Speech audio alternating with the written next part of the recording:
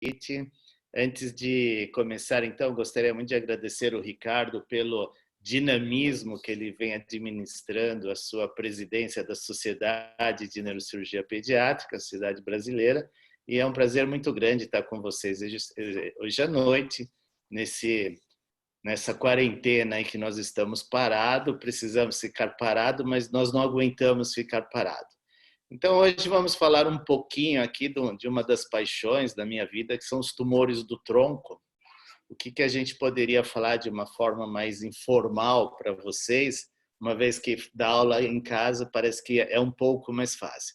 Então, como a Simone falou, nós trabalhamos já há muito tempo na Escola Paulista de Medicina, onde nós trabalhamos lá no Instituto de Oncologia Pediátrica, onde atendemos os nossos casos de tumores do sistema nervoso central, e lá nós temos um laboratório de dissecção anatômica que nos ajuda um pouco a ensaiar antes de entrar em alguma área nobre, diferente, que nós gostaríamos de entrar. Como vocês todos sabem, o tronco encefálico, a própria natureza já o colocou numa posição bastante privilegiada, né? Protegido então pelo clivos, protegido pelo cerebelo e pelo encéfalo, e que toda vez que nós pensamos, então, em adentrar ao tronco encefálico, nós temos que ter um conhecimento um pouco mais aprofundado da anatomia do sistema nervoso do tronco encefálico, não só do tronco, por assim dizer, mas do que está dentro do tronco, ou seja, da anatomia intrínseca do que nós temos. E essa anatomia intrínseca do tronco, ela tem que estar na nossa cabeça. Nós não conseguimos ver, nós não conseguimos sentir, alguns testes neurofisiológicos podem nos ajudar, mas nós temos que mais ou menos imaginar aonde é que estão essas estruturas. E qual a importância para quem faz neurocirurgia pediátrica, os tumores de tronco? Como a Simone falou, eles podem representar até 15% dos tumores na infância. E quem vai mexer com esses tumores? Quem mexe com a criança? Não é neurocirurgião de adulto que vai abordar os troncos com tanta frequência como nós os abordamos na criança, principalmente para os tumores. Tem muitas abordagens de adultos para cavernoma, mas como vocês vão ver, o tratamento cirúrgico de um cavernoma é totalmente diferente de uma abordagem para um tumor. Um tumor você precisa de um espaço um pouco maior para conseguir ressecá-lo, diferente de um cavernoma, que a partir do momento que você drena aquele hematoma, você já ganhou um espaço.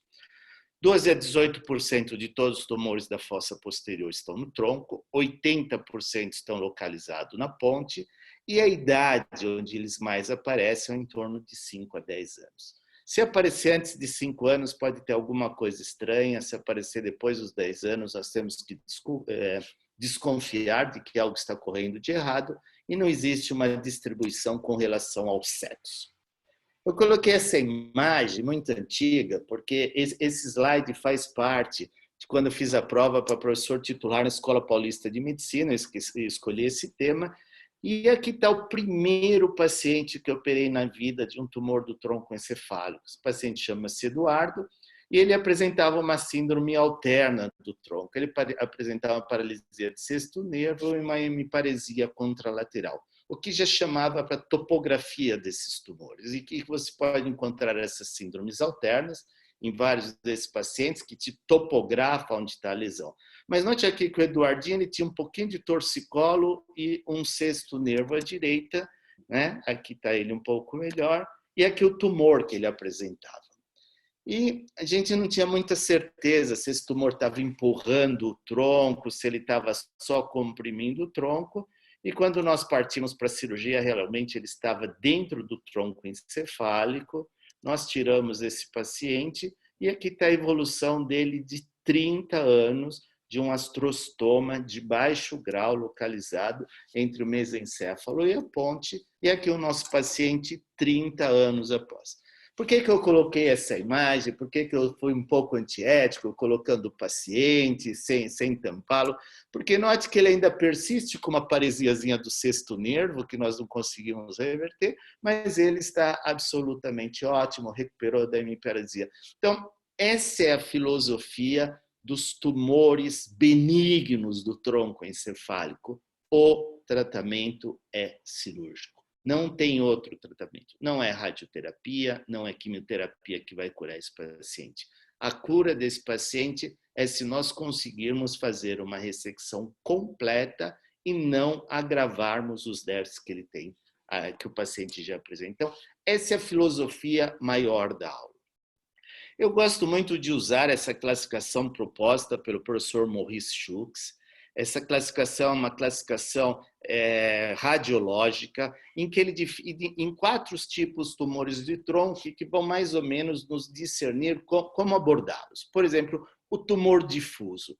Esse é um tumor que até hoje o neurocirurgião, não consegue fazer muita coisa. Ele fica restrito à ponte, ele não consegue invadir o mesencéfalo, nem tampouco descer para o bulbo, e ele acaba englobando aqui a artéria basilar. Então, quando você tem esse aspecto, que ele é hipotenso na tomografia, baixa intensidade na ressonância magnética, às vezes ele pode ter um pouco de captação de contraste, esse é o tumor difuso e que até hoje nós não conseguimos beneficiá-lo com a cirurgia. Depois nós temos os tumores focais, que eles podem ser sólido e cisto, que é chamado tipo 2, com ou sem captação de contraste. Ele pode ser exofítico, quando ele já está saindo do tronco encefálico, ou cérvico-medular. Tá? Então, para todos esses 3 exemplos, o tratamento dele é cirúrgico.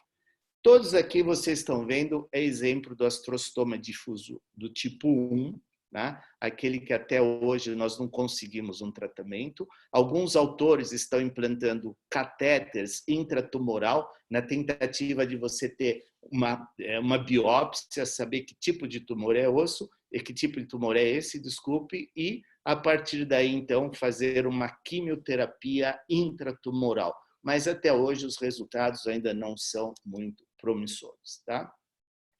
Às vezes, como eu falei, na idade do paciente, você tem alguma dúvida. Note esse tumor. Esse tumor pega a ponte, ele não invade o mesencéfalo, ele não desce para o bulbo, ele está englobando aqui a artéria basilar, mas ele tem uma coisa que chama a atenção. É uma criança de 2 anos. Não é comum você ter tumor difuso numa criança de 2 anos.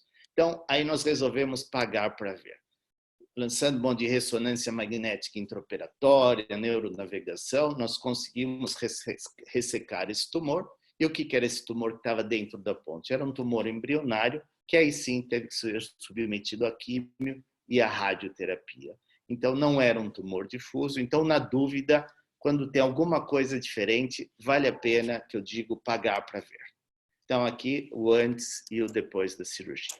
Bom, falando agora do que nos interessa, da abordagem praticamente cirúrgica do tronco encefálico, quando é que vale a pena nós abordarmos? Então, o tronco encefálico ele é dividido em 3 porções, mesencéfalo, ponte, bulbo, e nós resolvemos dividi-lo em 7 porções para ficar mais anatômico, mais didático cada uma dessas abordagens.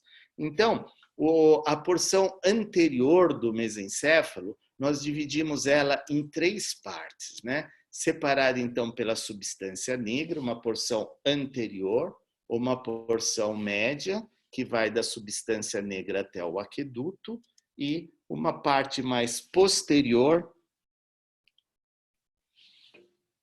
Alguém está falando comigo? Ok, tá. E uma terceira porção que vai da substância negra até o mesencéfalo e até o aqueduto, e uma parte da lâmina quadrigêmea para trás do aqueduto. Nós temos que notar que nessa região do mesencéfalo nós temos a porção do trato piramidal, localizada aqui na porção anterior. Nós temos os núcleos do terceiro e do quarto nervo, então o trajeto do terceiro nervo correndo lateral ao mesencéfalo, o núcleo do terceiro nervo, que vai se dirigir à sua porção ventral. Então, nós vamos ter um pequeno espaço entre o terceiro nervo e o trato piramidal, que é possível de nós acessarmos, então, a parte anterior do mesencéfalo, por esse corredor entre o terceiro nervo e o trato piramidal. Né? Então, lembrar onde está o núcleo do terceiro nervo, o núcleo do quarto nervo e a trajetória, então, desses nervos dentro do mesencéfalo, quando nós quisermos assim abordar. Então, a primeira zona de entrada para o mesencéfalo é quando o tumor sai em direção ao terceiro ventrículo, que nós chamamos isso de um acesso suprategmentar. Então, nós podemos abordá-lo por uma via interhemisférica, transburaco de Monro, ou até mesmo ressecá-lo com endoscópio, porque esse é o caminho para a nossa terceiro ventriculostomia endoscópica. Então, aqui vocês estão vendo um tumor exofítico do mesencéfalo para o terceiro ventrículo, o tumor aqui no assoalho do terceiro ventrículo, e aqui a visão endoscópica. Esse paciente já havia sido operado na Bahia, então aqui está os corpos mamilares, a terceiro ventriculostomia, e aqui podemos ver então uma porção exofítica do tumor, com um pouco de calcificação, provavelmente esse sangramento ao redor, esse aspecto tigroide, foi às custas da terceiro ventriculostomia, e depois com uma pinça, naquela época, já faz muito tempo essa cirurgia, nós fomos tirando pedaço por pedaço desse tumor. Note que esse tumor não sangra. Hoje nós podemos usar aspirador ultrassônico acoplado ao endoscópio para tentar fazer uma ressecção mais completa dessa lesão. Então a lesão foi totalmente ressecada, está aqui o pré-operatório e o pós-operatório. Então esse seria o primeiro acesso que nós temos para uma lesão exofítica do terceiro ventrículo, do mesencéfalo, em direção ao terceiro ventrículo. Algumas vezes esses tumores crescem em direção à cisterna interpeduncular, como nós podemos ver aqui. Tá? Então, nós usamos um acesso ao redor do terceiro nervo. Então, nós fazemos uma via órbito-frontozigomática para entrarmos na porção anterior, então, do mesencéfalo. Então, aqui esse vai ser o corredor lateral ao terceiro nervo e em direção ao trato piramidal. Então, essa vai ser a nossa janela que nós temos para trabalhar. Esse vai ser o nosso corredor entre o terceiro e o quarto nervo, mas numa porção lateral ao terceiro nervo. Então, como nós podemos ver aqui, essa paciente apresentava uma síndrome de Weber, né, um tumor exofítico do terceiro nervo. Ele foi removido ao paciente no pós-operatório, e aquilo, como eu mostrei, a paciente vários anos após a ressecção desse tumor.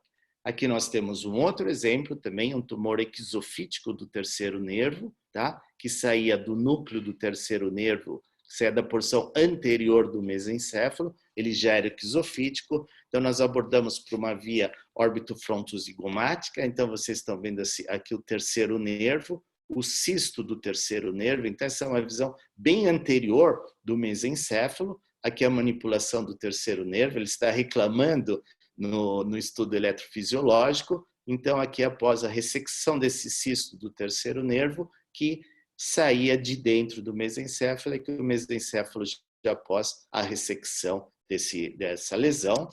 E aqui a paciente no pós-operatório imediato, e a paciente alguns meses depois já com recuperação completa do terceiro nervo. Então esses são exemplos de abordagens anteriores ao mesencéfalo, aqui o controle após alguns anos. Às vezes esses tumores crescem em direção à sua porção posterior, eles podem crescer tanto em direção à lâmina quadrigêmea, quanto crescer em direção ao quarto ventrículo. Então, esses tumores localizados na porção mediana do mesencéfalo, como neste caso, note que ele está crescendo em direção à lâmina quadrigêmea. Então, nós podemos usar uma via proposta por Krause, em 1911, que é uma via infratentorial supracerebelar, que nós chegamos diretamente ao tumor, colocando o paciente numa posição sentada, então o cerebelo cai, fazendo a ligadura dessas veias ponte, ligando a veia pré-centro cerebelar. Com isso nós temos um acesso bastante fácil, bastante simples, sem praticamente tocar em nada na parte posterior do mesencéfalo. Então aqui vocês estão vendo o pré-operatório dessa paciente, a paciente então na posição sentada, e nós vamos entrar através do sulco lateral do mesencéfalo, que vai ser outro ponto de acesso assim seguro que nós temos no mesencéfalo. Então vocês estão vendo que aqui eu estou junto à borda livre do tentório, e aqui lateral, junto ao sulco lateral do mesencéfalo, onde nós abrimos, já damos de cara com o tumor apresenta coloração mais acinzentada, e com aspirador ultrassônico vamos tirando o máximo possível desse tumor. Claro que toda vez que nós temos uma diferença de coloração, fica mais fácil de nós ressecarmos. Quando o tecido é da mesma cor que o tronco encefálico, já fica mais difícil. Então, aqui nós ressecamos praticamente todo o tumor. Aqui está o controle pós-operatório, uma ressecção global do tumor, com uma pequena cicatriz na parte posterior do mesencéfalo. Era um astrostoma de baixo grau, e aqui está a paciente no pós-operatório e a paciente 12 anos depois. Então, reforçando aquilo que eu falei, o melhor tratamento para os tumores benignos do tronco encefálico é a ressecção, e a maioria dos tumores localizados no mesencéfalo, na nossa experiência na criança, são tumores benignos. E nessa porção do mesencéfalo, ainda na sua porção posterior, os tumores da lâmina quadrigêmea, são os menores tumores que nós temos no cérebro, no tronco, no encéfalo, que matam o paciente, mas matam por causa da hidrocefalia.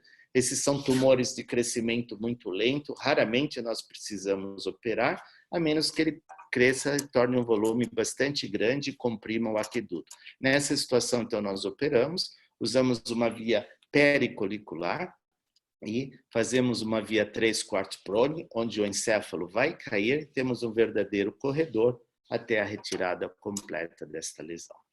Então, os tumores do mesencéfalo que crescem em direção ao terceiro ventrículo, nós fazemos uma via infratentorial supracerebelar, como proposta por Krause, e os tumores que crescem laterais ou em direção ao quarto ventrículo, nós usamos uma via 3/4 prone, uma via transtentorial, proposta por Pope.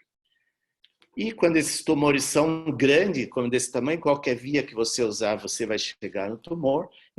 Nessa situação, então, nós sempre utilizamos uma via combinada, uma via telovelar associada a uma via infratentorial supracerebelar. Com isso, nós temos acesso ao todo o tumor e a possibilidade de uma ressecção completa, como nesse caso. Note que falta muito do mesencéfalo, mas na realidade não falta o mesencéfalo, isso é o tumor que foi removido. Na ponte, uma lesão mais baixa, então, nós dividimos a ponte em duas porções, uma porção anterior, onde vocês vão ver aqui o piramidal, e na sua parte posterior nós também temos dois núcleos e dois pares de nervos, que é o nervo facial e o sexto nervo. Então, notem que o nervo facial ele dá uma volta no núcleo do abducente aqui, fazendo essa volta. Então, nós temos que lembrar dessa topografia quando nós vamos operar um paciente. Então, notar onde está o facial e note que o piramidal aqui na ponte, ele não fica como uma estrutura única, ele se abre em vários fascículos para depois se juntar novamente no bulbo. Então, ele é espairado. Então, toda abordagem que se faz pela parte anterior da ponte, ela acaba sendo mais difícil. A gente sempre tem uma preferência em entrar pela sua parte posterior, tá? Tendo em mente esse cruzamento do facial em cima do colículo facial. Então, note aqui onde está o colículo facial, tá? Então, o caminho que o nervo facial faz. Então, toda vez que nós vamos abordar essa região, nós vamos infrafacial ou suprafacial, são vias que nós conseguimos um grande corredor. Então, os tumores na porção anterior da ponte, como neste caso, tá? Nós vamos abordar por uma via anterior. Note que ele conserva ainda estruturas da ponte, por isso que isso não é um tumor difuso da ponte, ele é um tumor focal numa criança de 5 anos. Então, nós fizemos a mesma via, uma via fronto-órbito zigomática, e aqui, então, vocês estão vendo a carótida aqui, o nervo óptico vai estar lá, o terceiro nervo ali embaixo. Aqui nós já conseguimos ver o tumor exofítico saindo aqui lateral ao terceiro nervo. Então, nós podemos abrir um pouquinho até aqui o tentório para termos uma visão um pouco mais lateral. Então, ali vocês estão vendo o terceiro nervo, a carótida, é aqui já o tumor. Então, nós estamos abrindo paralelo ao terceiro nervo, tá? Vocês já estão vendo a diferença entre o tronco encefálico e o tumor, e depois com aspirador ultrassônico, tá? Com bastante vibração e praticamente nada de aspiração, nós vamos tentando, então, ressecar totalmente esse tumor. sempre é importante você ter muito material hoje para análise de outros laboratórios, Foundation One, etc. Então, sempre coletar o máximo possível de tumor. E aqui, então, nós estamos tirando tudo que nós estamos vendo de tumor, tá? Que é bastante diferente do tecido do tronco encefálico. Aqui é a cápsula do tumor, alguns vasos perfurantes lá na porção anterior da ponte. E aqui, então, após a ressecção completa dessa lesão, tá? O tumor totalmente removido. E aqui nós temos, então, o nosso corredor, isso é um pós-operatório imediato, né? Note que aqui eu não tenho mais tumor e no pós-operatório e a paciente alguns meses depois sem nenhum DES, sem acrescentarmos nenhum DES. Então, tumor benigno, totalmente ressecado, esperamos que a paciente esteja curada. E aí começa a chegar aqueles tumores que não estão nem na parte anterior e nem na parte posterior. Então, como acessar esse tipo de tumor? Você vai ver na literatura, praticamente não tem nada, como a Simone falou. Como que eu vou entrar pela frente, por trás? Então, depois de muito estudo, muito verificar, nós resolvemos fazer uma via interpeduncular. Então, esse tumor ele estava bem no trato piramidal, vocês estão vendo aqui, através da tratografia. Então, nós resolvemos entrar numa continuidade do sulco lateral do mesencéfalo, que é o sulco interpeduncular, que também nos parece uma área muda, uma área que nós podemos entrar. Só que esse sulco interpeduncular, ele vai estar bem próximo do núcleo denteado. E nós sabemos que se nós lesarmos o núcleo denteado, esse paciente vai sair com um mutismo acinético. Então, é uma via bastante difícil, nós temos que identificar aqui o quarto nervo, mas tínhamos que fazê-la para tirar o tumor do paciente. Então, aqui vocês estão vendo de novo o paciente sentado, coagulação da veia pré-centro-cerebelar. Então, aqui nós temos o tentório, estamos afastando, aqui eu já estou vendo o quarto nervo, o trajeto do quarto nervo, e aqui vocês estão vendo o ramo da cerebral posterior, junto com o quarto nervo, então o tumor vai estar aqui. Com o navegador, nós podemos ter certeza de que realmente nós estávamos no lugar, já tem até um certo abaulamento nessa região, aqui vocês estão vendo soltando o quarto nervo, então, e aqui está o abaulamento, aqui está o tumor. Então, com um bisturi, lâmina fria, nós incisamos o tronco, nós evitamos de coagular, a artéria foi deslocada um pouco inferiormente, então nós estamos entre o quarto nervo e a artéria cerebral posterior, jogada para trás.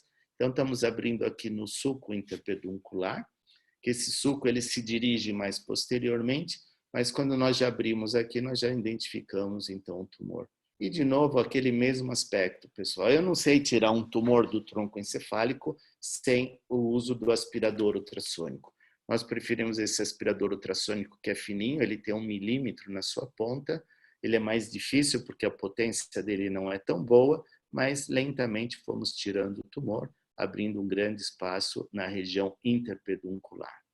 Bom, tumor também era um astrostoma de baixo grau, e aqui nós estamos vendo o paciente 2 meses após, 2 meses de follow-up. Note que ele tem uma discreta paresia do quarto nervo, que deixa a dúvida se é do sexto ou se é do quarto nervo. Esse trabalho acabou de sair agora no World Neurosurgery em 2020, se vocês quiserem acessar, que é essa abordagem através do sulco interpeduncular para um astrostoma na região entre os pedúnculos de uma criança. Até então nós não achamos na literatura nenhum relato desse tipo de acesso, então são acessos que a gente tem que mais ou menos desviar e tentar criar para poder chegar nesses tumores. Os tumores na parte posterior da ponte, esses já são um pouco mais fáceis, porque eles vão em direção à fossa romboide e nós podemos acessá-los pela fossa romboide. Então, note que nós temos que notar aquele trajeto do facial em cima do colículo do facial, então nós podemos fazer uma via acima do colículo facial. Então, vocês estão vendo aqui o colículo facial, o trajeto do facial e aqui onde vai estar o tumor. Então, estimulando a região para ter certeza que não estamos cortando no facial, nós vamos incisar de novo o tronco, fugindo um pouquinho da linha média, para sairmos do fascículo longitudinal medial. Note que eu estou a 2 milímetros da linha média. Abrimos a fossa romboide e logo já vamos identificar um tecido de coloração acastanhado, que é o tumor. Ressecamos o tumor, tá? Também era um astrostoma de baixo grau, tá? Por uma via suprafacial, tá? Essa via ela é bastante grande, tem mais ou menos 1 centímetro que dá para você abrir sem causar maiores déficits nesse paciente. Então aqui está o pós-operatório, vários anos após, e aqui o paciente também vários anos após, com uma discreta paresiazinha do cesto, mas que não incomodava, tá? E existem aqueles casos também que você tem dúvida. Isso aqui me parecia um tumor difuso da ponte, tá? Vocês estão vendo aqui. Tinha até um pouco de sangramento. Então, a gente tinha dúvida, porque normalmente, embora você pode ter esses glioblastomas na ponte, mas raramente eles sangram dessa maneira. Então, nós resolvemos operá-lo. Tá? O paciente apresentava um torcicolo no pré-operatório. E aqui, então, após a ressecção desse tumor, nós fizemos uma via intrafacial. Como o tumor ele desviava o facial, não tinha como achar, nós acabamos entrando por uma via que nós chamamos interfacial, também descrita pelo professor Brículo. E aqui está o paciente, alguns anos após a cirurgia e vários anos após a cirurgia, com a ressecção completa também desse tumor. Tá? Aqui temos um exemplo também de um paciente que note que ele tem um tumor na transição entre a ponte e o bulbo. E aqui por isso que eu chamo a atenção que esses pacientes eles têm que ser operados por neurocirurgiões de criança. É muito diferente do que se isso fosse um cavernoma. Então note esse caso aqui. Esse paciente ele tinha que ser operado pela fossa romboide, tá? Mas resolveram operá-lo por uma via suboccipital lateral, né? Então está aqui o pós-operatório dessa cirurgia, ele é exatamente igual ao pré-operatório, não mudou nada, era um astrostoma pilocítico, Ki67 de 2%, só que o que aconteceu? Esse foi o caminho, pelo ângulo ponto que foi utilizado, além de ganhar essa fístula, o tumor não foi removido em praticamente nada e o paciente ganhou uma traqueostomia e uma gastrostomia. Então, nós reabordamos esse paciente, fizemos uma via infrafacial, então aqui vocês estão vendo o bulbo, fazendo uma via telovelar bilateral, na sua porção mediana estamos estimulando, e aqui gera o tumor exofítico.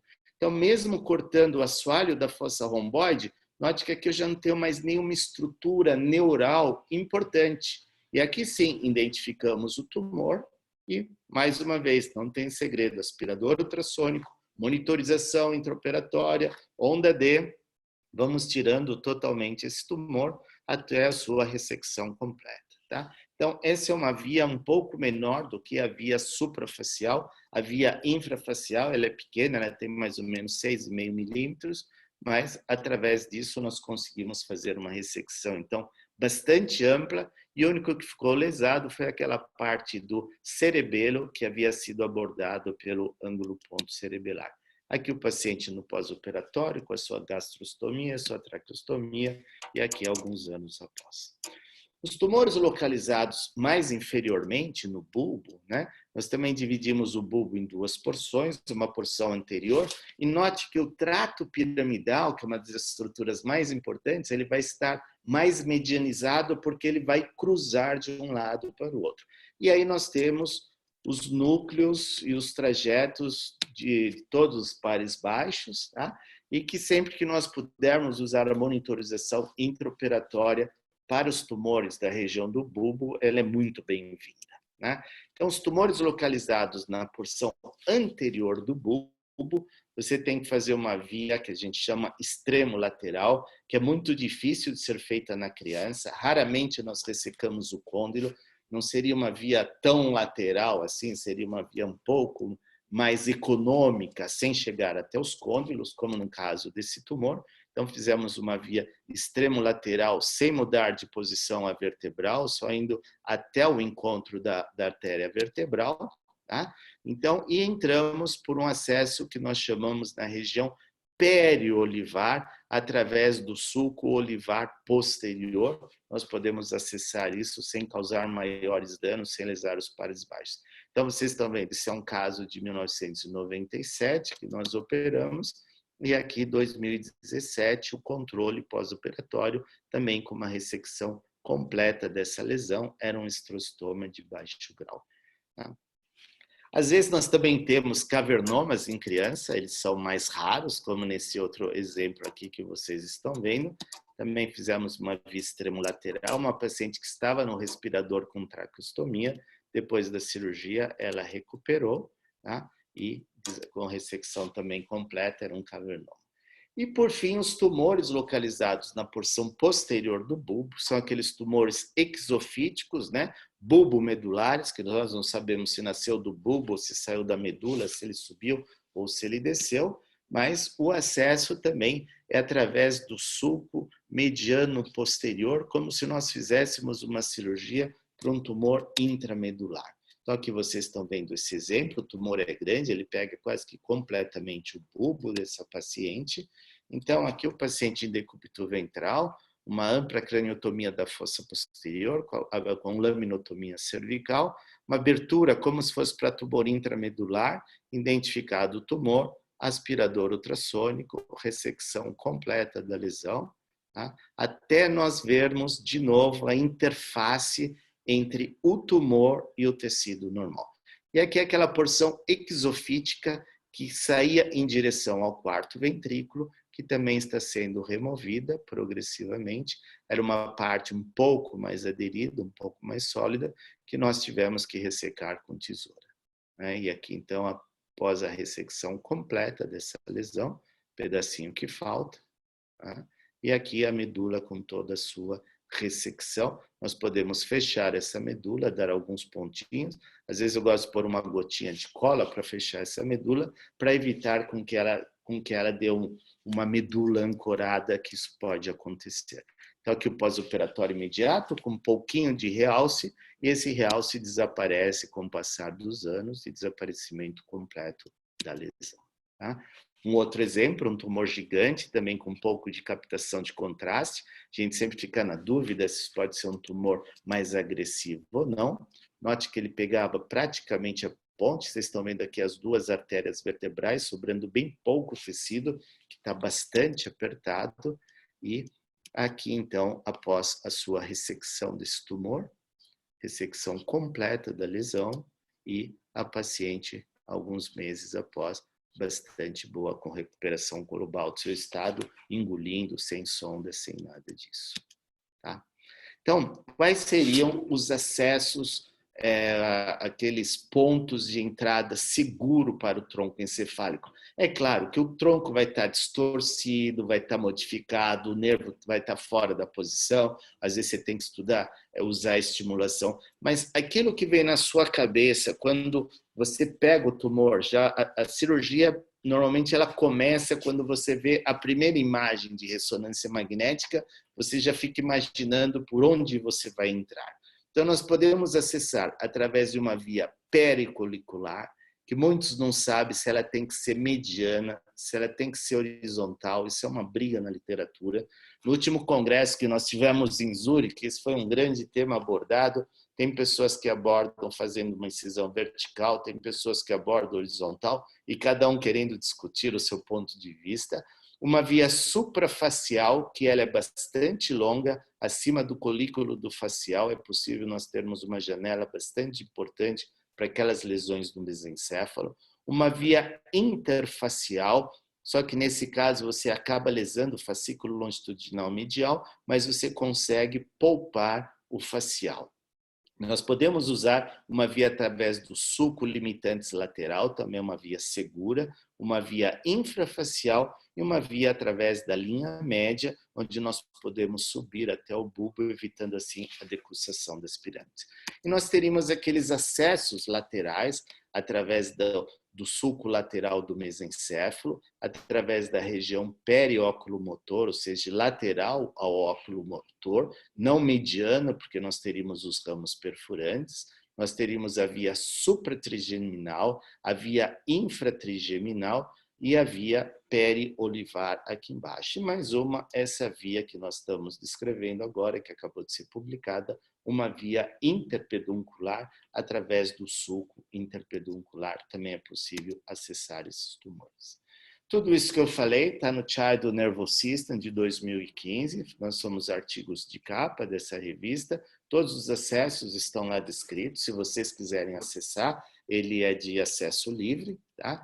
Então, são os acessos cirúrgicos para o tronco encefálico. Essa é uma série, já está desatualizada, de 309 pacientes que nós operamos, sem diferença com relação ao sexo, né? As morbidades maiores, nós tivemos 4 mortalidades operatórias nesses pacientes, e essa mortalidade operatória se deve, na grande maioria dos casos, à hidrocefalia. Tá? Toda vez que nós negligenciamos esses pacientes, achamos que não vai desenvolver hidrocefalia, eles acabam morrendo agudamente de hidrocefalia. Então, sempre que possível, cateterizar o ventrículo lateral ou o terceiro ventrículo é sempre prudente nesses pacientes, você acaba indo dormir tranquilo. E aí você sabe se alguma coisa que ele está apresentando é por causa da lesão do tronco e não por causa da hidrocefalia. Então, as complicações que nós temos nos pós-operatórios é a hidrocefalia e a pneumonia. Tá? E morbidade 21%, você às vezes acaba acrescentando algum déficit nesses pacientes.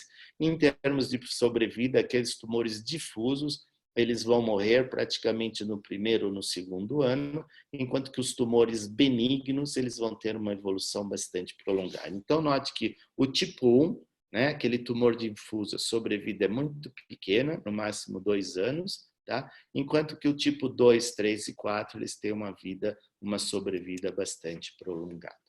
Então, os tumores do tronco, eles são grupos não tão heterogêneos assim de tumor, predominam os gliomas no tronco encefálico. Os tumores difusos, seguramente são aqueles mais agressivos, são malignos, tá?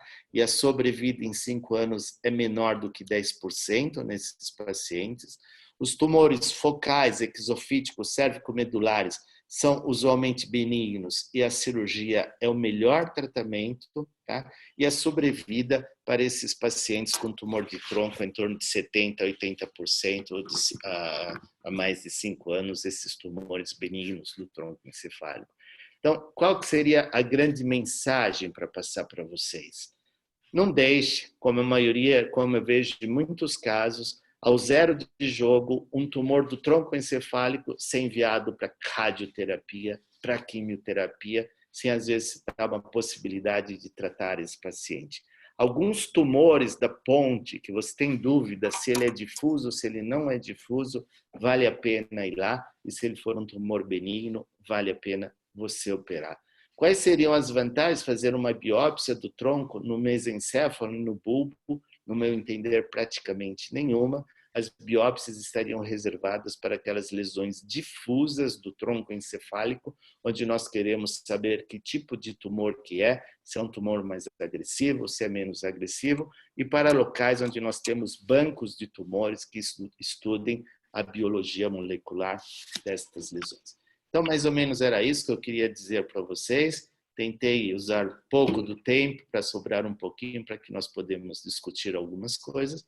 E eu fico à disposição se vocês tiverem alguma pergunta para me fazer. Um forte abraço e espero que essa pandemia passe logo. Bom, só para vocês saberem...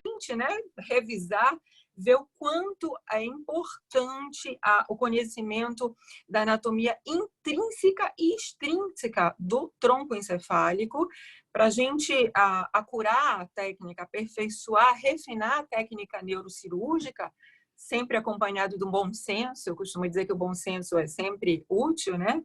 E importante para o resultado, para a melhora do prognóstico dessa criança em desenvolvimento, né?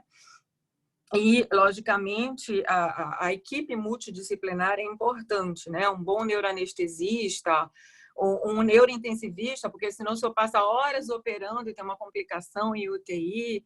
Então, realmente,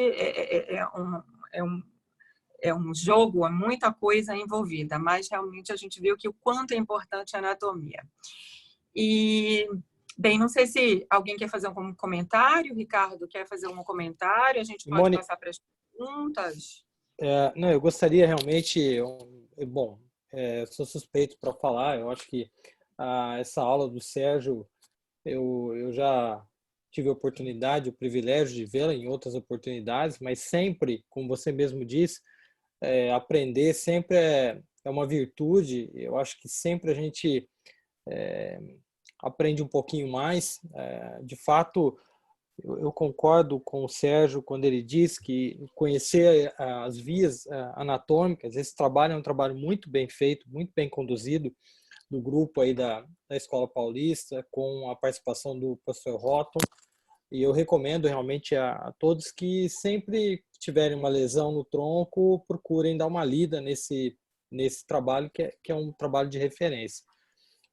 Não há dúvida que hoje, né, Sérgio, você vem aí de uma geração também, já há um tempo aí, um pouco mais que eu e a Simone, numa geração que para ter uma ressonância já era difícil, né? Muitos pacientes aí, eu acho que você deve ter operado até com ressonâncias ruins, e sem dizer de outras tecnologias que nós temos hoje à nossa disposição, com a monitorização intraoperatória, o neuronavegador, o aspirador ultrassom, que você mostrou muito bem na sua aula. E dominar essa tecnologia hoje, eu acho que é algo muito importante, né? Então, eu acho que talvez, eu gostaria que só que você comentasse, antes que a Simone está pegando ali as perguntas, eu vou passar para ela, na sua cabeça, assim, quando que deu essa virada? Quer dizer, quando que você, de repente, operava um tumor de tronco na moda antiga, com uma tomografia, uma ressonância aí mais ou menos, e de repente isso, quer dizer, hoje você se imagina operando no início aí dos anos aí, 1990, por exemplo? Então, Ricardo, aquele caso que eu mostrei, que foi um dos primeiros tumores de tronco que eu operei, foi muito difícil, porque você tinha um aspirador ultrassônico, né, com a ponteira larga, que ele mal entrava no tumor, era muito difícil. Hoje você quer um aspirador de 1 milímetro, esse aspirador ele não aspira, ele só vibra, ele vibra e manda irrigação. E aí tem uma parte importante, a irrigação dele às vezes atrapalha, porque ele irriga muito, mas o irrigar muito dele é porque ele mesmo se ajusta para ele não esquentar, entendeu? Então, por exemplo, os primeiros tumores de tronco, que é gostoso, nós estamos falando com os neurocirurgiões pediátricos, eu comia 5 sonhos de valsas antes de subir para o centro cirúrgico. Por quê? Porque minha cirurgia era de sexta-feira à tarde, eu tinha que esperar. O senhor parte logo para a cirurgia ou adota uma conduta inicial de observação e controle com imagem seriada? Boa pergunta, Rômulo. Depende aonde está esse tumor. Se esse tumor é pequeno, mas ele já está superficial, eu parto para a cirurgia. Tá? Eu tive um paciente é um nome estranho, o paciente chama Tutida. Esse paciente tinha um tumor na porção anterior do mesencéfalo. Eu observei esse paciente durante 10 anos com ressonância magnética, de uma hora para outra esse tumor desapareceu. Mas foi o único que eu tive. A grande maioria desses tumores vão crescendo. Mas se o tumor é pequeno e está profundo, eu observo. Agora, se ele está já superficial, que você precisa abrir alguns milímetros, eu parto logo para a cirurgia, porque na grande maioria eles crescem.